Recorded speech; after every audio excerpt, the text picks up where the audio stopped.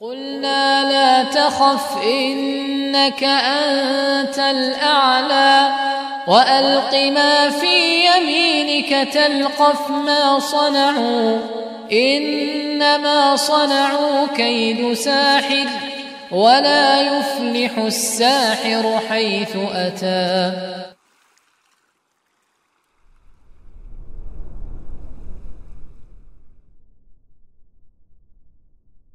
Assalamualaikum warahmatullahi wabarakatuh. Innal hamdalillah nahmaduhu wa nasta'inuhu wa nastaghfiruh wa na'udzu billahi min shururi anfusina wa sayyiati a'malina may yahdihillahu fala mudilla lahu wa may yudlil fala hadiya lahu. Asyhadu an la ilaha illallah wahdahu la syarika lahu wa asyhadu anna Muhammadan 'abduhu wa rasuluhu la nabiyya ba'dahu. يا أيها الذين آمنوا اتقوا الله حق تقاته ولا تموتن إلا وأنتم مسلمون فإن أصدق الحديث كتاب الله وخير الهدي هدي محمد صلى الله عليه وسلم وشر الأمور محدثاتها وكل محدثة بدعة وكل بدعة ضلالة وكل ضلالة في النار. أما بعد. Para jemaah sekalian rahimani rahimakumullah, kita insyaallah lanjutkan pengkajian tafsir Al-Quran di surat Al-Balad pada hari ini insyaallah, mulai dari ayat pertama ya insyaallah sampai ayat 10 bismillah ta'ala dari surat Al-Balad. Setelah sebelumnya kita telah membahas surat Al-Fajr, maka kali ini insyaallah kita teruskan dengan pembahasan awal dari surat Al-Balad. أعوذ بالله من الشيطان الرجيم بسم الله الرحمن الرحيم لا أقسم بهذا البلد وأنت حل بهذا البلد ووالد وما ولد لقد خلقنا الإنسان في كبد أيحسب أن لن يقدر عليه أحد يقول أهلكت مالا لبدا أيحسب أن لم يره أحد ألم نجعل له عينين ولسانا وشفتين wahadainahun najdain. 10 ayat pertama dari surat Al-Balad. Kita mulai tentang masalah atau tentang surat ini.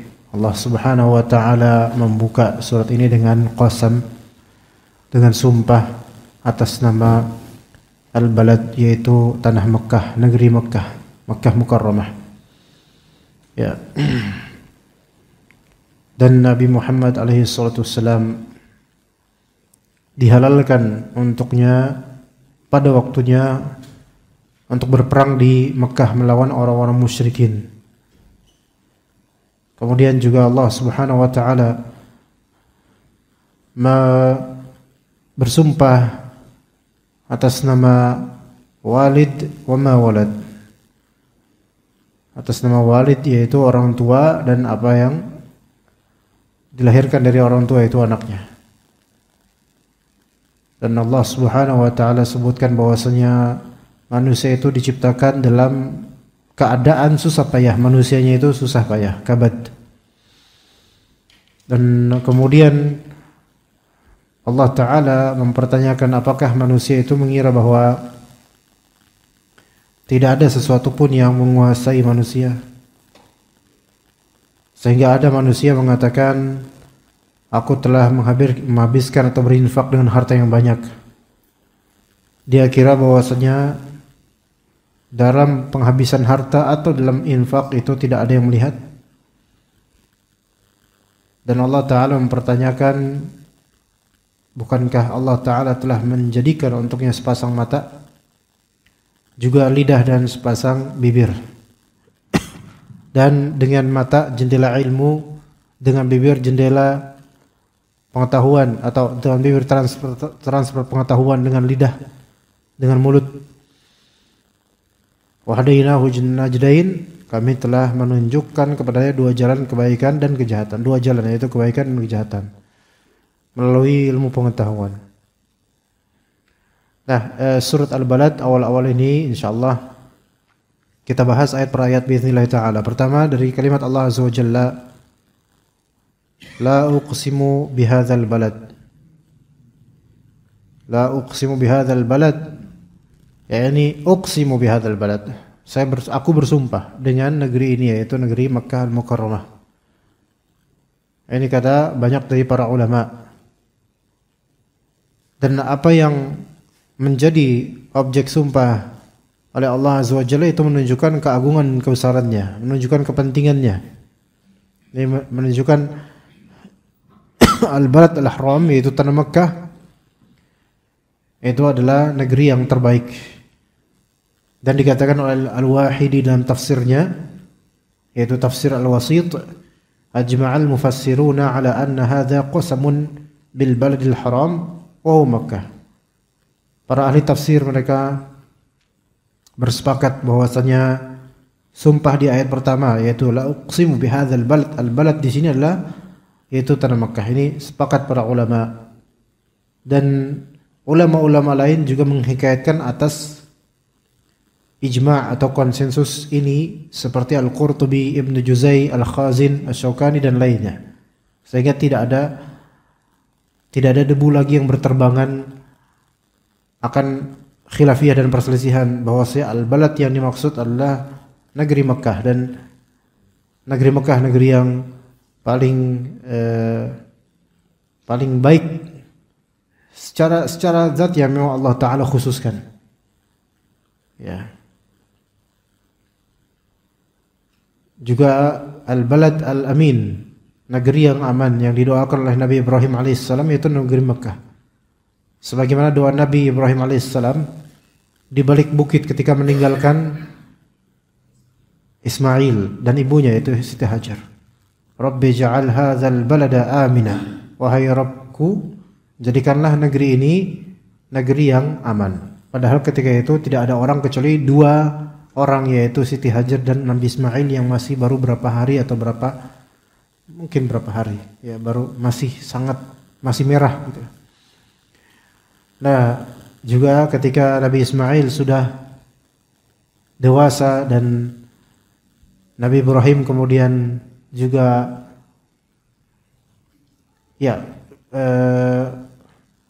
Nabi Ibrahim alaihissalam mengajak Nabi Ismail untuk membangun Ka'bah, maka Nabi Ibrahim pun berdoa minta kepada Allah Azza wa Jalla untuk kebaikan negeri dan orang-orang negeri Makkah. Negeri Makkah negeri yang aman. Tetapi bukan berarti tidak pernah terjadi padanya kemunkaran atau kesyirikan. Bahkan selama sekian generasi, begitu lamanya terjadi kesyirikan sejak pengaruh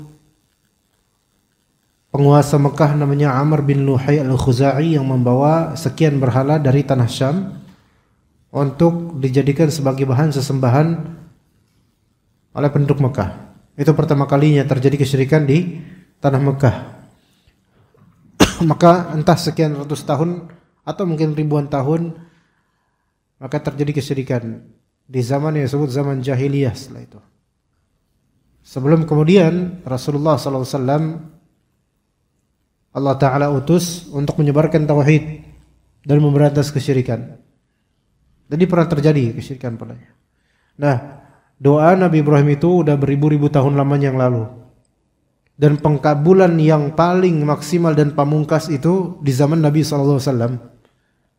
Maknanya di sini maksudnya adalah ada kalanya doa kita diijabah oleh Allah Ta'ala setelah jauh wafatnya kita. Entah masalah keturunan, entah masalah yang lebih besar mungkin daripada individu, yaitu negeri.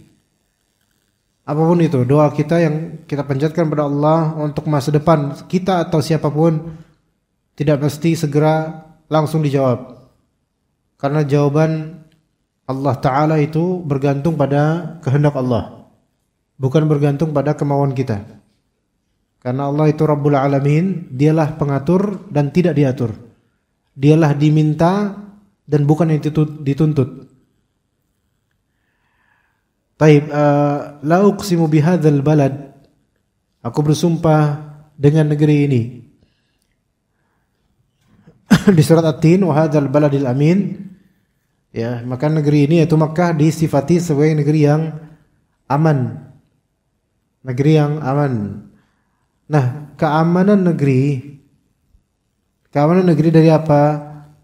Bisa dari kesyirikan atau bisa dari kejahatan dan kemaksiatan. Dan bermaksiat di tanah Makkah itu imbalan maksiat jauh lebih besar daripada bermaksiat di selainnya. Nah, kemudian ada korelasi antara keamanan dengan keimanan. Keamanan dengan keimanan. Karena aman itu menunjukkan adanya kepercayaan atau dipercayanya sesuatu atau keadaan yang dipercaya. Dan iman kaitannya erat dengan kepercayaan. Dan dalam suatu athar disebutkan bahwasanya iman berdampak pada keamanan. Sampai ada konten kreator, saya nggak tahu di Facebook atau YouTube, saya tidak tahu, yang sengaja naruh handphone di luar stadion, di bangku-bangku luar stadion lah, orang-orang tempat orang bebas duduk lah gitu. Dan ini public place, tempat umum. Naruh handphone di situ,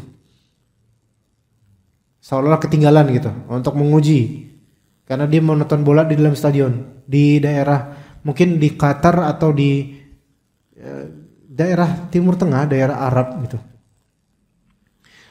Maka selesai nonton bola yang mana dari masuknya sampai ke selesainya itu totally kira-kira 4 jam. Lalu dia balik ke bangku yang sama di luar stadion dan dia mendapatkan handphonenya utuh, tidak bergeser. Padahal orang-orang berlalu lalang gitu. Kemudian komentar-komentar dari mancanegara, orang-orang beragam negeri, mereka kemudian seandainya di negeri ini sebelum ditaruh udah hilang duluan, ada yang bilang gitu.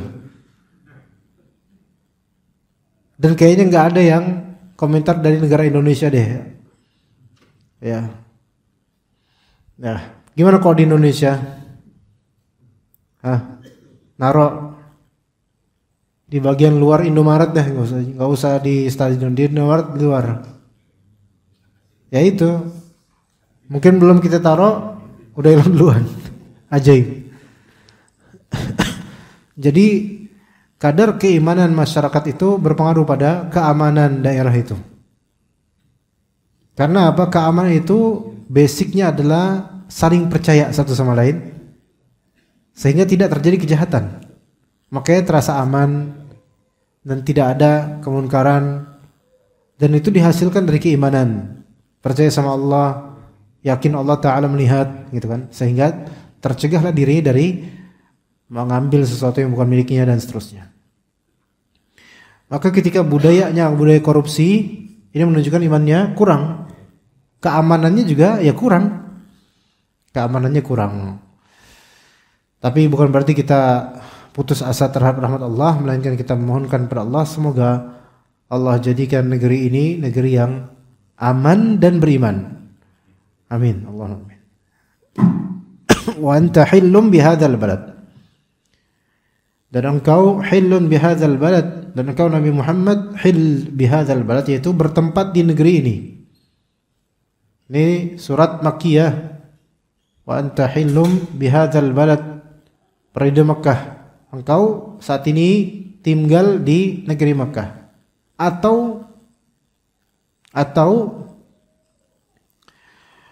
bisa juga maksudnya dari ayat ini, wa anta hillum bihadzal balad, bahwasanya engkau wahai Nabi Muhammad halalun bihi fil mustaqbal minaz zaman. Negeri ini akan halal buatmu di masa depan nanti. Ya.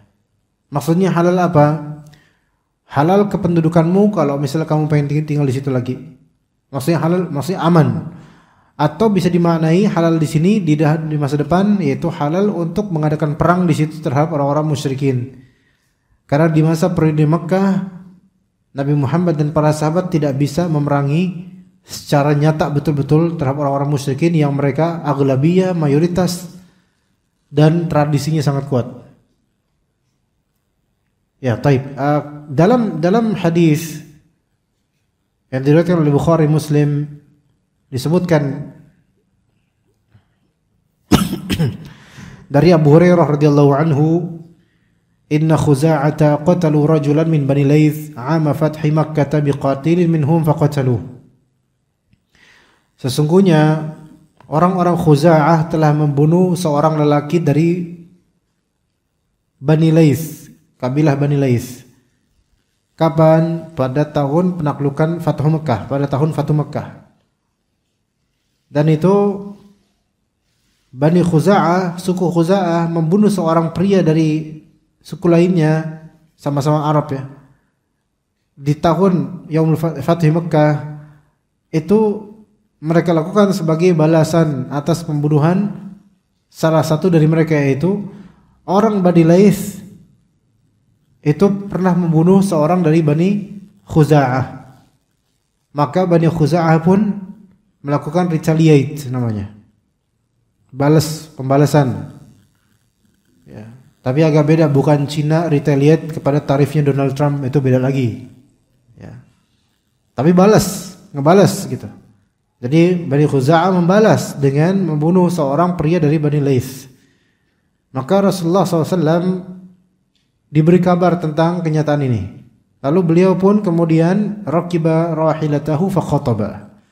Kemudian beliau menaiki tunggangannya dan berkhutbah. Apa kata Nabi SAW? Inna Allah Azza wa Jalla habasa an Makkah al-fil wa sallata 'alaiha rasulahu wal mu'minin. Sesungguhnya Allah Azza wa Jalla telah menahan pasukan bergajah daripada Mekah. Dulu, historinya dulu di zaman kakeknya Rasulullah SAW. Siapa kakeknya Rasulullah SAW? Abdul Muttalib, Muhammad bin Abdullah bin Abdul Muttalib. Ya, yang kita itu ada yang disebut tahun gajah. Ya, yang pasukan Abraha dari daerah Habasyah Yaman itu berusaha untuk menghancurkan Ka'bah karena nggak bisa menyaingi popularitas Ka'bah dari segi banyaknya pengunjung dan peziarah. Tadi raja ini,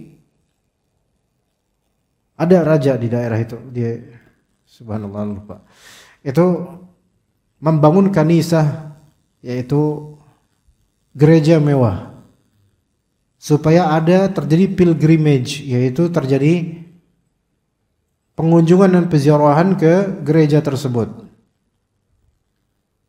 demi menyaingi Ka'bah. Karena popularitas Ka'bah itu di Jazirah Arab luar biasa, Yaman sampai Syam populer. Orang-orang pada berbondong ke situ karena mereka tahu historinya, sejarahnya ini adalah tempatnya dulu Nabi Ibrahim dan Nabi Ismail dulu di sini berhaji tawaf di sini. Taib. Orang Nasrani kan nggak kenal dengan itu. Mereka nggak mau mengakui akan Ka'bah. Maka dibuatlah kemudian gereja besar, mewah megah. Namun kemudian ada seorang Arab yang belum tentu juga orang Arab ini Muslim yang sesuai dengan ajaran Nabi Ibrahim, bisa aja dia orang abangan yang tetap menyembah berhala, tetapi karena kecemburuannya terhadap Ka'bah digituin, disaingin, maka suatu ketika pun dia orang Arab ini melakukan pup ya, dan dipeperin di dinding gereja. Marahlah pembina DKM gereja, marah kemudian DKG ya, marah sampai marbot-marbotnya marah. Nah, akhirnya dia tuh setelah pasukan gajah, padahal daerah, saya nggak tahu daerah Ethiopia atau mungkin daerah Afrika, itu Afrika Timur, apa yang namanya, Tenggara mungkin, atau bukan Tenggara, itu Afrika daerah timur atau mana, dan juga daerah Yaman itu tidak ada gajah gitu loh. Dan berarti kan ini kendaraan tank mereka yang mereka dapat ini impor gitu loh. Nggak tahu dari Lampung atau dari mana, nggak tahu. Zaman itu Lampung udah ada apa enggak, atau imigran Jawa udah banyak sana atau enggak, nggak tahu dah tuh. Nah, akhirnya pakai pasukan gajah untuk menunjukkan keagungan kebesaran yang mana nggak ada pasukan yang semisal. Dan orang Arab punya apa? Punyanya unta sama kambing doang. Dan unta nggak bisa dijadiin perang. Yang ada kita kebunuh segera. Kalau pakai unta perang nggak bisa lah, kuda lah minimal lah. Pakai unta nggak bisa.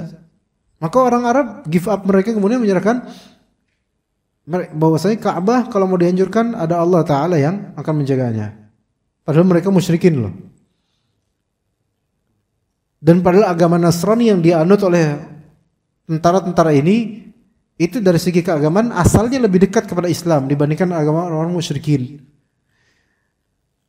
Maka terhentilah kemudian di suatu daerah, ya, dan turun dan seperti yang diceritakan dalam surat Al-Fil, yang diawali dengan gajahnya tidak mau meneruskan perjalanan, ya. Makanya ada sarung gajah duduk karena apa? Karena gajahnya duduk, ya, jadi nggak mau nerusin, gitu. Jadi ya, itu sebab musabab mengapa ada sarung gajah duduk, ya di situ. Kalau Wadi Mur itu adalah Wadi Mur. Wadi itu lembah. Mur adalah suatu nama lembah di daerah Yaman atau mana saya lupa. Jadi ada sebabnya, gitu. Atau BHS dari Bahaswan, itu nama marga Arab. Haswan. Ba itu singkatan Bani Haswan. Disingkat jadi Bahaswan, kayak Bani Salamah Basalamah, Bani Suwaidan Baswaidan, Bani Jubair Bajubair. Gitu. Iya. Bani Tubata Batu Bata. Iya, enggak, itu orang sana, orang Sumatera Utara. Taib, sesungguhnya Allah Ta'ala telah menahan pasukan bergajah di Makkah. Ini Rasulullah SAW menyebutkan keagungan yang terjadi pada zaman itu. Kemudian kata Rasulullah, wa sallatu 'alaiha rasulahu wal mu'minin. Dan Allah Ta'ala telah memberi kekuasaan atas Makkah kepada Rasulullah dan orang-orang beriman. Ala wa innaha lam tahilla li ahadin qabli wa lan tahilla li ahadin ba'di. Ketahuilah sesungguhnya kota Makkah ini tidak halal bagi siapapun sebelumku dan tidak akan halal lagi bagi siapapun sesudahku. Jadi memang ini untukku gitu. Ini kampung halamannya Rasulullah SAW. Ala wa innaha uhillat li sa'atan minan nahar, sa'atun minan nahar.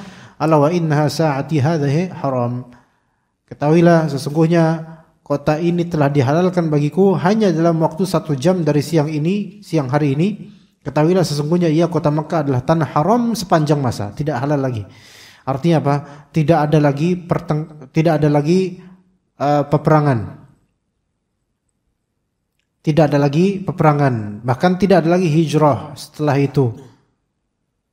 Maka kata Nabi SAW, maksudnya hijrah di sini, kalau udah di Mekah itu udah tidak perlu lagi hijrah kemana-mana karena ini sudah menjadi tanah haram yang tidak akan dikuasai lagi oleh orang-orang kafir kecuali nanti beberapa waktu menjelang kiamat kubra. Nah,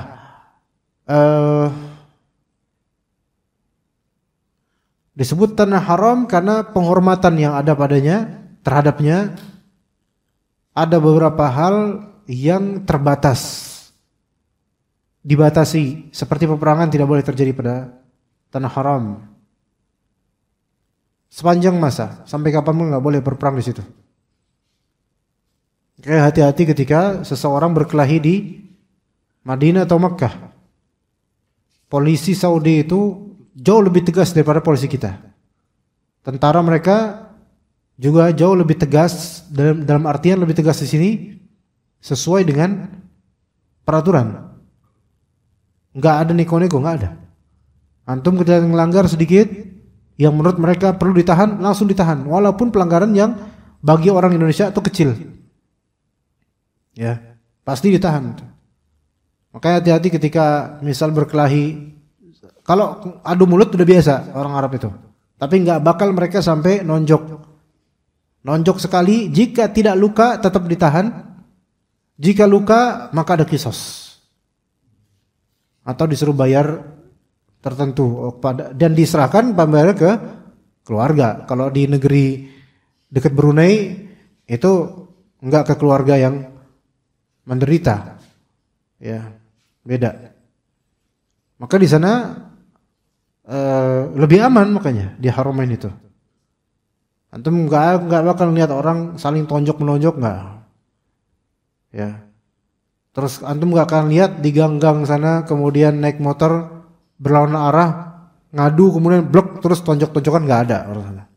Itu adanya di Gang Porti adanya. Atau di Gang Kober banyak tuh, ya. Di orang-orang sini tuh banyak. Jadi beda tanah haram ini. Maka tidak boleh ada pembunuhan di situ. Bani Khuza'ah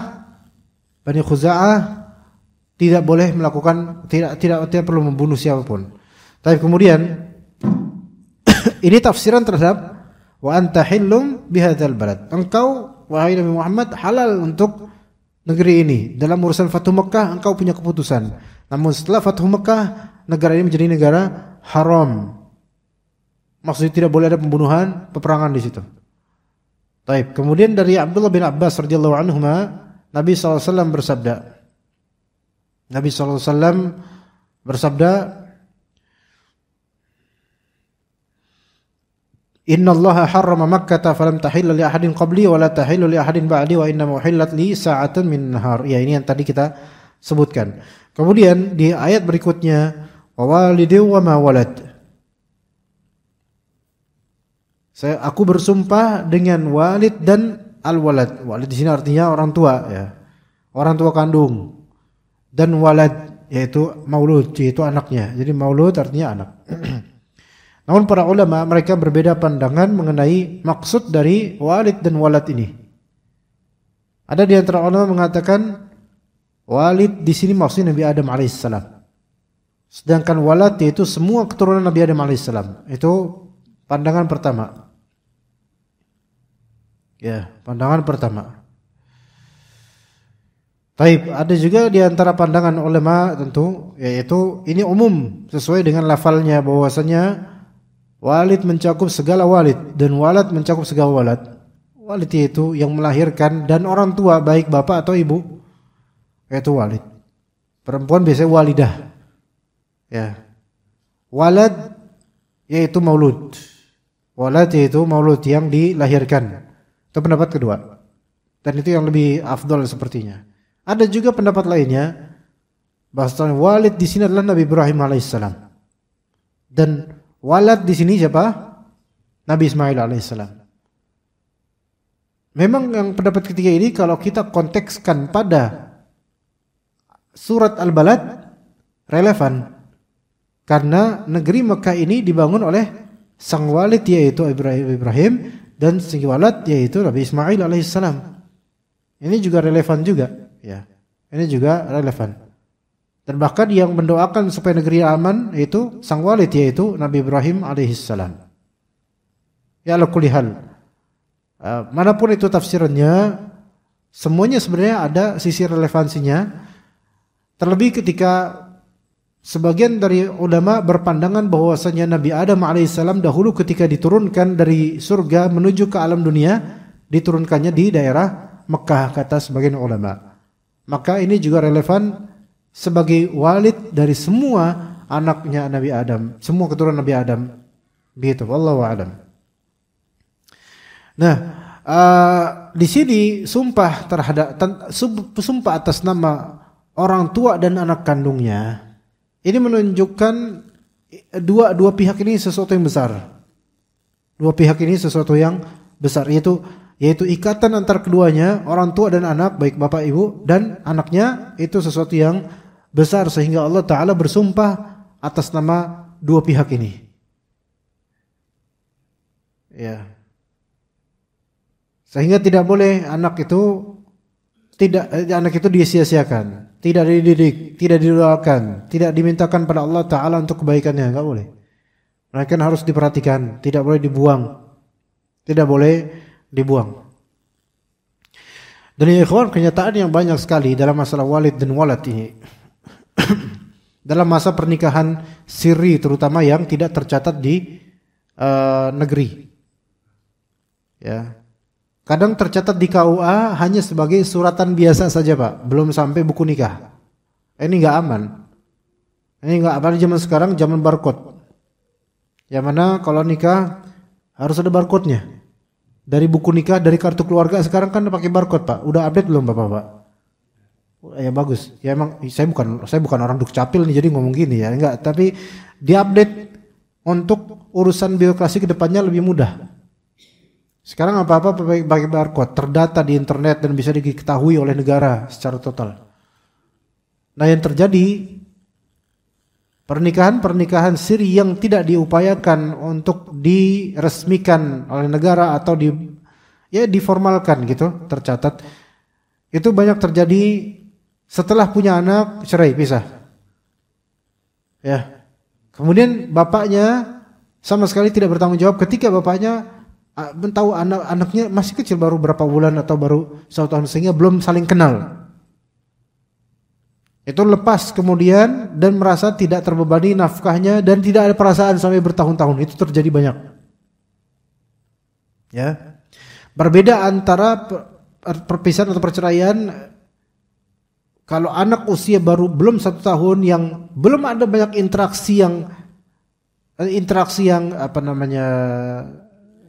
intens atau interaksi yang saling masuk satu sama lain, belum ada. Sehingga perasaan memiliki itu belum sempurna, coba. Kecuali kalau ibu itu perasaan memilikinya kuat sekali pada bayinya. Tapi kalau bapak, kalau berpisah di usia mungkin baru beberapa bulan, itu kayak udah nggak memiliki dan nggak merasa kemudian ke depannya.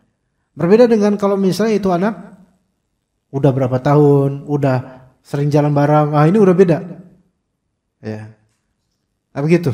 Nah beberapa dari orang laki-laki yang semoga Allah beri hidayah dan kesadaran itu meninggalkan putra atau putrinya di usia mungkin 1 tahun atau sekitar itu, diceraikan istrinya atau mungkin istri gue cerai atau bagaimana, lalu tidak dinafkahi, sama sekali tidak tanggung jawab.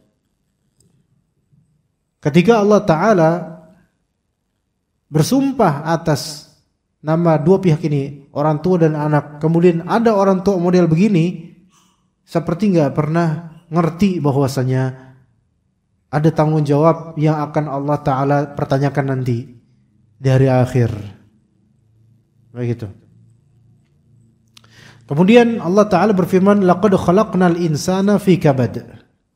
Kami telah menciptakan manusia dalam keadaan kabad, yaitu ta'ab, syiddah. Itu dalam keadaan manusia itu letih dan dalam keadaan syiddah, konteksnya keras, sulit. Dan kabad maknanya masyaqqah, beban. Manusia itu ketika lahir jadi beban buat orang tuanya. Betul, buah hati, betul. Tapi dunia itu segala kenikmatan ada bayaran. Buah hati sekaligus beban. Ya, gampang nangis, ngerenge, tafsirannya enggak ngerti kita dan seterusnya. Laqad khalaqnal insana fi kabad, dan ketika berapa bulan hamil, ibunya pun terbebani dengan anak itu. Kemudian kita lahiran, baik lahir normal maupun sesar, itu menjadi beban. Dari beragam sisi, fisik ya, moral kadang-kadang ya, ekonomi juga, bahkan kadang psikis dan seterusnya. Maka beban-beban seperti ini merupakan kabad. Ada kesulitan manusia menghadapi, manusia itu selalu ada kesulitan ketika punya anak. Lahir anak, nikmat sekaligus itu beban dan amanah, tanggung jawab.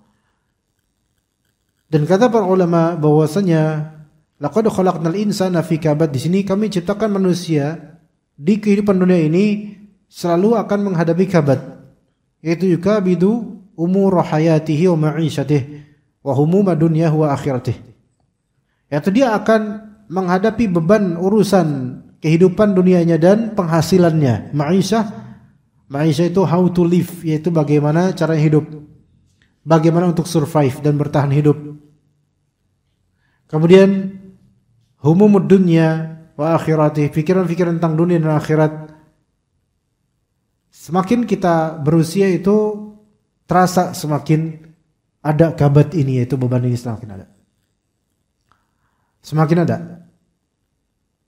Sekalipun udah pensiun, mungkin banyak orang muda mengira bahwasanya orang tua tinggal enak, tinggal ongkang kaki dah, tinggal nunggu hasil uang pensiun atau mungkin kemudian dinafkahin anak-anaknya. Dikira bahwasanya orang tua nggak punya pikiran. Dikira bahwasanya anggota tubuh yang sudah menua dan fungsinya tidak sebaik sebelumnya itu tidak menjadi bahan pikiran di hati, yang kadang-kadang langsung teringat akhirat, teringat dosa-dosa, teringat ini kabad. Itulah Allah Ta'ala menciptakan manusia itu seperti itu. Di kehidupan dunia, jika seseorang tidak merasa bahwasanya dia banyak ujiannya, dia banyak kesulitannya, dia banyak cobaannya dari Allah, maka sebenarnya dia seperti binatang. Karena binatang, segala ujian yang menderu binatang itu tidak dirasakan oleh binatang sebagai ujian, karena gak punya pikiran. Oleh karena itu Allah Ta'ala menyebut orang-orang kafir yang mereka itu zarhum ya'kuluna wa yatamatta'una kama ta'kulul an'am. Biarkan mereka itu makan, mereka itu menikmati seperti makannya binatang-binatang ternak. Binatang ternak enggak ada yang pernah mikir beban. Makanya binatang ternak itu merupakan binatang yang dari segi kehebatannya itu paling rendah sebenarnya. Dari segi kehebatan, binatang ternak itu paling rendah dibandingkan dengan binatang yang wahsi. Binatang ahli itu binatang yang bisa dipelihara, yang jinak ya. Adapun binatang wahsi itu yang liar. Binatang liar, binatang ini survive dengan mencari makan sendiri. Binatang ternak enggak bisa survive dengan mencari makan sendiri, melainkan selalu diempanin, selalu dikasih, dimanja. Maka biarkanlah orang-orang kafir itu mereka menikmati dan makan seperti makannya binatang ternak. Binatang ternak dengan menikmati makan, enggak ada pikiran sama sekali untuk hunting, berburu, enggak ada pikiran sama sekali. Bahkan beberapa jenak sebelum disembelih di hari raya, sebelum disembelih itu masih doyan makan banyak. Karena apa? Enggak mikirin mati. Padahal bentar lagi itu temennya teriak-teriak mati. Nggak tahu arti teriakannya apa tuh temennya tuh. Tapi dia dengerin nggak begitu ini. Tetap aja kita kasih makanan, tetap aja dia lahap makan. Kemudian digiring ke tempat kematiannya, terima-terima aja. Maka dan dia kemudian ketika udah berbaring bingung, diapain saya? Digorok kemudian, udah pasrah. Itu seperti orang-orang kafir yang kematian menyergap mereka tiba-tiba dalam keadaan mereka itu lagi enak-enaknya. Makanya Allah Ta'ala menyerupakan mereka seperti ulaika kal an'am bal hum adall. Mereka itu seperti binatang-binatang ternak, bahkan lebih sesat lagi daripada binatang ternak. Karena binatang ternak ya track hidupnya kayak gitu karena nggak punya akal.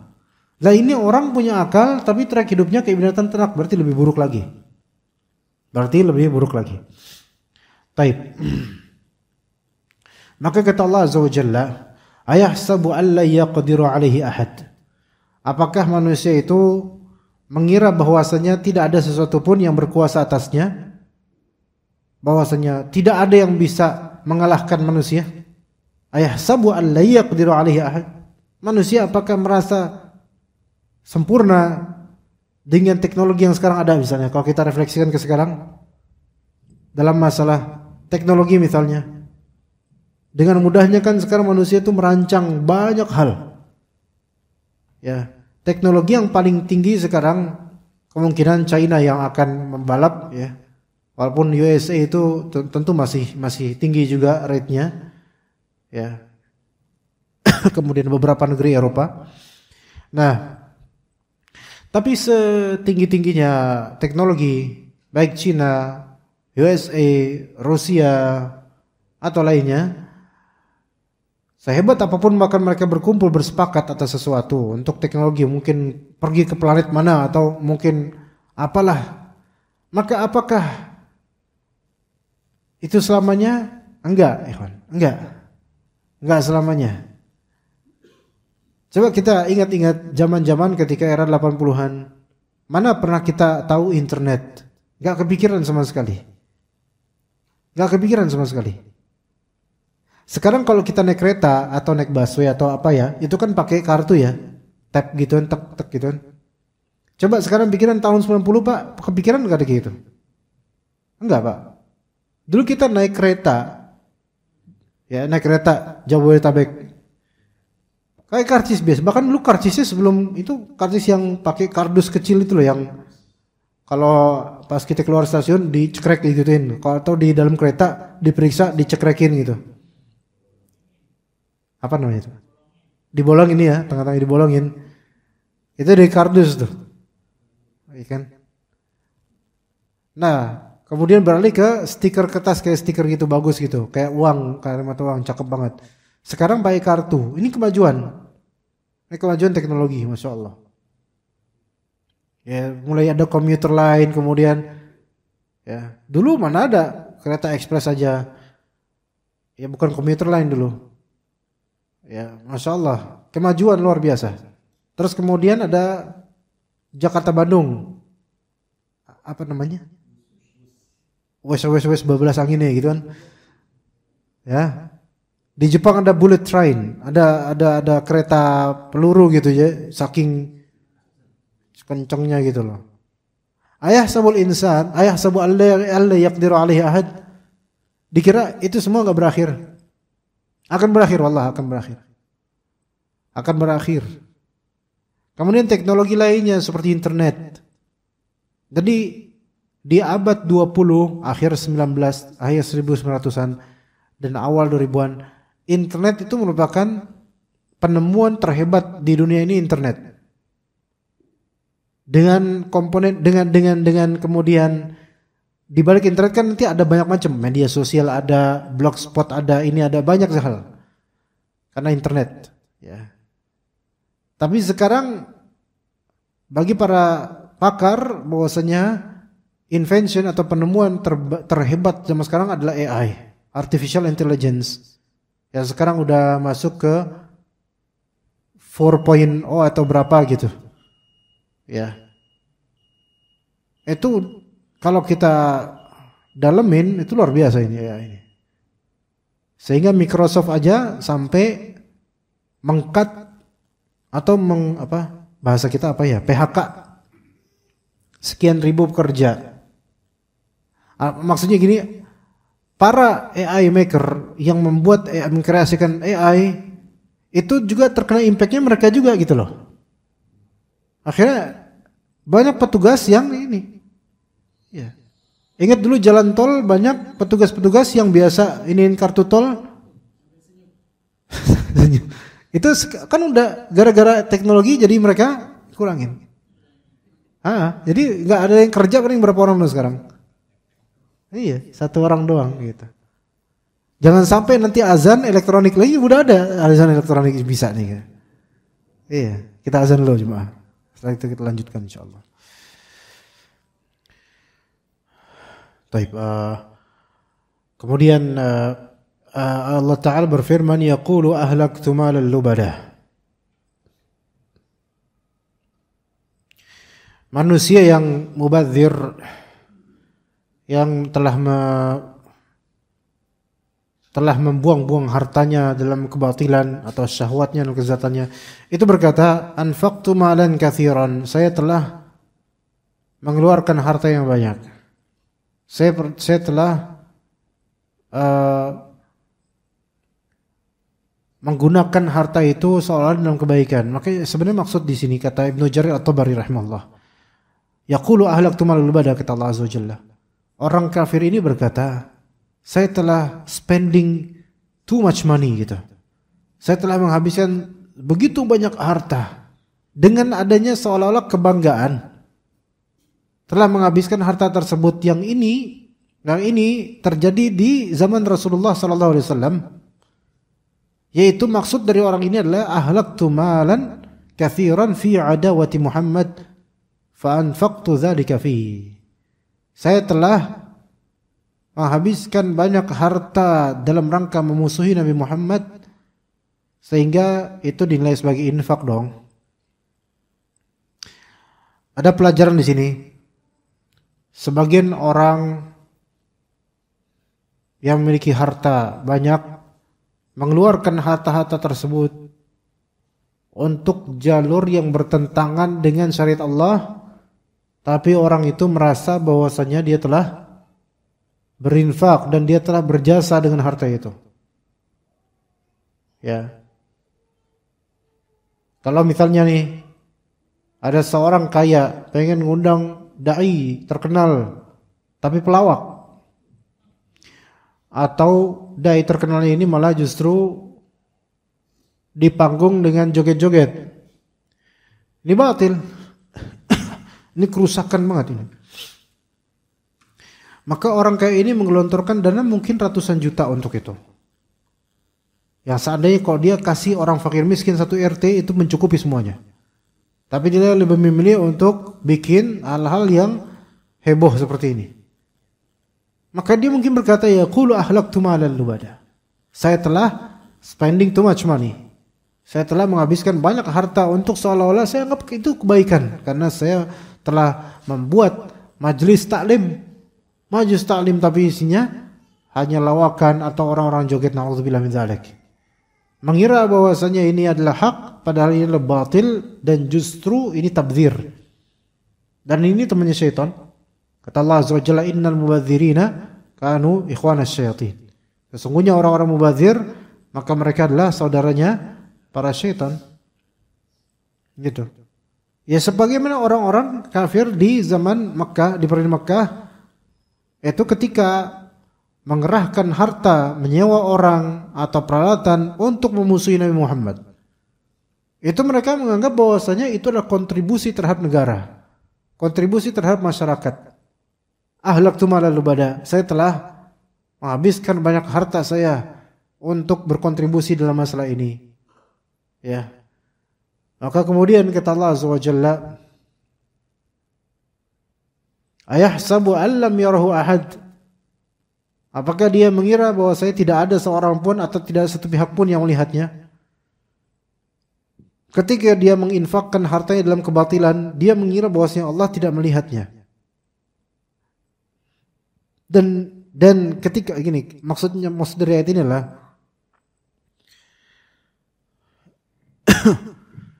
orang ini sebenarnya tahu Allah Maha melihat. Tapi kenapa Allah Ta'ala mempertanyakan ente ngelihat, ente tahu gak sih kalau Allah ngelihat gitu? Dipertanyakan itu karena apa? Karena pengetahuan orang ini akan Maha melihatnya Allah terhadap amalan buruknya, itu tidak membuat dirinya takut yaumul hisab, takut hari akhir. Kayak kita gini, kita misalnya sama anak kita, ya, terus kita ngegap itu apa ya? Ngegap itu apa ya? Memergoki anak kecil, anak kita atau anak kecil lagi makan Cheetos di siang Ramadan padahal dia lagi puasa. Gak tahu Cheetos sekarang ada apa enggak tahu dah. Nah terus, nah kamu kenapa makan ini? Kan kamu puasa. Iya, maaf. Lah kita bilang, emang kamu gak ngira kalau Allah ngelihat? Tahu gak kamu kalau Allah ngelihat? Dia pasti bilang jawab, iya tahu.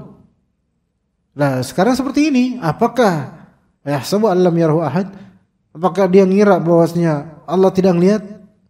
Orang itu tahu Allah melihat, tapi ketika mengetahui Allah Ta'ala melihat namun tidak memberikan efek pada berhentinya dia dari kemungkaran, itu seolah-olah pengetahuan bahwasanya Allah Ta'ala melihat itu gak ada manfaatnya buat dia. Gitu, gak ada manfaatnya buat dia. Oke. Kemudian ada beberapa dari ulama juga menafsirkan dua ayat ini bahwasanya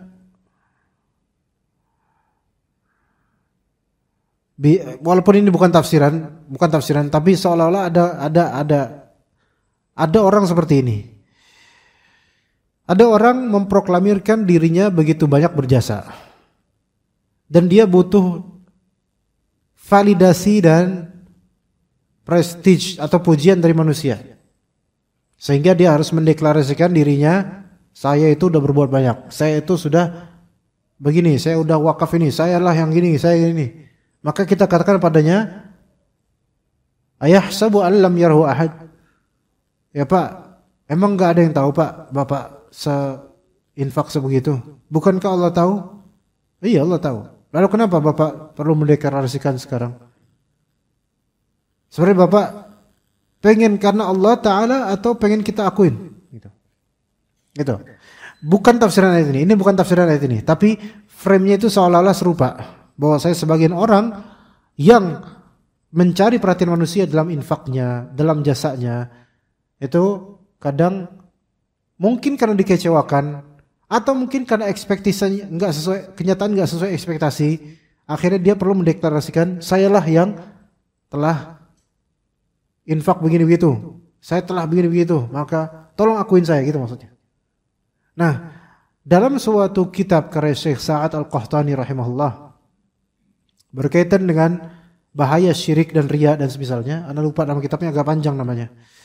Itu disebutkan salah satu mazahir asy-syirk yang al-khafi atau mazahir ar-riya yang al-khafi, yaitu contoh-contoh riya yang khafi, riya yang terselubung, tersembunyi, yang samar. Itu adalah ketika seseorang merasa dia telah beramal banyak, lalu dia kesal dengan orang-orang, gini, dia telah beramal banyak, ya, dan dia amalnya dia sembunyikan. Namun ketika di hari-hari kemudian dia mendapatkan orang-orang itu tidak memuliakan dirinya sebagai balasan dari Allah, maka dia kecewa dengan keadaan. Faham gak? Gimana, bisa dipaham gak? Ulangin. Wanifiro Pak. Lain baru saya ngomong ria, ini malah wanifiro. Jadi gini Pak, misal gini aja. Ini anak Ustadz nih, Ustadz Hasan nih. Ustadz Hasan dai Jabotabek, ya, lebih tepatnya dai Jabek, ya, karena Jakarta Bekasi doang muter-muternya. Lumayan kondang lah, gitu loh, misalnya. Kemudian ada seorang ikhwan jenggotan gak nyapa, kecewa nih. Ya, kecewa gimana? Saya tuh udah ngajar mana-mana, dia kok gak nyapa saya, gitu loh. Ngerti gak Pak?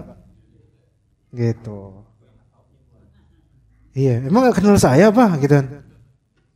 Itu salah satu sampel, gitu. Ya sampel ini seperti ya model. Walaupun kita awalnya ikhlas misalnya, tapi kadang setan menggerogoti kita supaya apa? Supaya kita tuh pengen validasi dari orang. Mungkin kadang nggak sadar, karena dianggap biasa gitu. Kita udah banyak ngajar, atau kita beramal soleh, fisir, yaitu dalam ketersembunyian kita beramal soleh.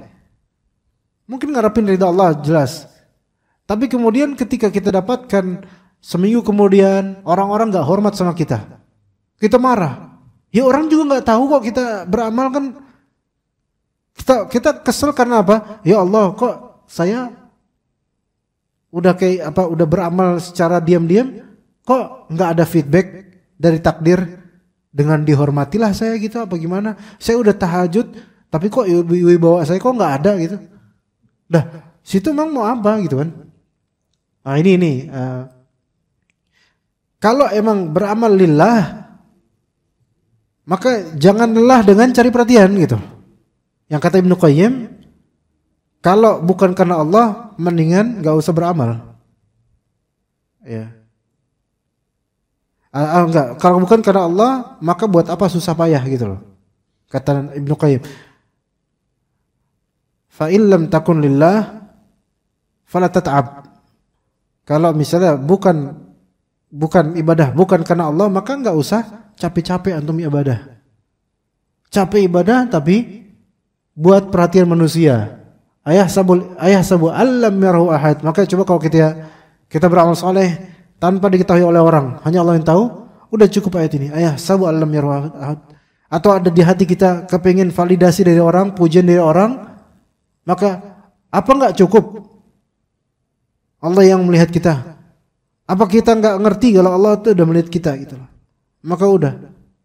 Karena sejatinya seseorang yang ikhlas lillahi ta'ala, Allah melihat amalannya, Allah lah yang akan menanam benih cinta pada orang-orang terhadap dia insyaallah ta'ala. Begitu. Ya mungkin karena udah waktunya iqamah kita cukup sampai sini insyaallah. Barakallahu fikum jami'an. Wa sallallahu ala nabiyyina Muhammad wa ala alihi wa sahbihi ajma'in. Subhanakallahumma bihamdika asyhadu an la ilaha illa anta astaghfiruka wa atubu ilaik. Assalamualaikum warahmatullahi wabarakatuh.